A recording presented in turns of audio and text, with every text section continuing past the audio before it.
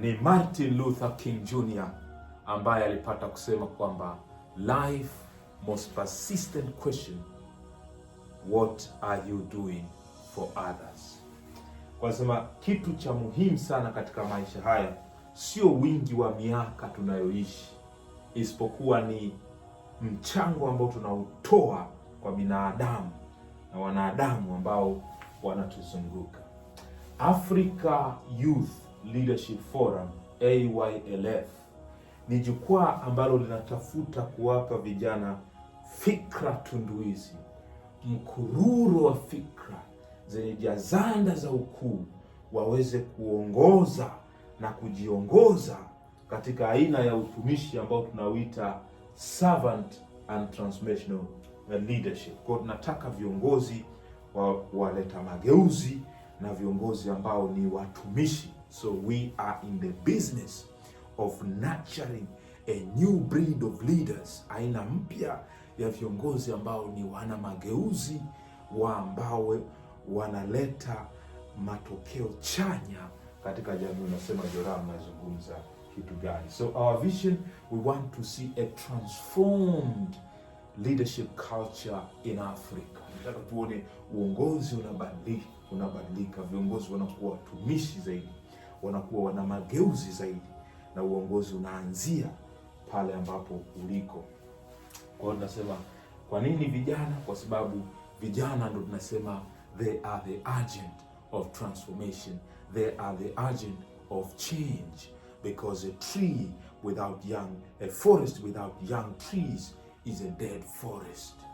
Naona wao ndio watakao leta mvuvumko, nasema ile renaissance ni vijana, wana nguvu hao. Kama yule mtume alisema, nawaandikieni ninyi vijana kwa sababu mna nguvu na roho ya Mungu iko ndani yenu na mmemshinda shetani. Anasema wale vijana. Leadership ndio kitu pekee ambacho ndio jibu la mwisho la matatizo ambayo yanatusibu. Kwa sababu gani? Africa, we are endowed with natural resources, flora and fauna, animals, wanyama, mito, milima, mabonde, taja vitu vyote vya thamani vinavyotuwezesha kuendelea tunavyo. Lakini kwa nini bado ni maskini? Ni tatizo, tunasema ni leadership. We do not have enough servant and transformational leaders to take us to the place where we desire and to have the Africa we want, and the world, the kind of world that we would love to live in. Kwa hiyo tunajaribu kutengeneza hilo jukwaa la kunurture a new breed of leaders, nurturing a new breed of leaders in Africa. You can join this wonderful platform wherever you are. If you are at the university, this is for you.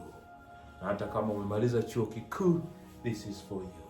Come and we reason together. Come and we sharpen each other. Come and we learn from one another. Yeah, this is your responsibility, and this is my responsibility.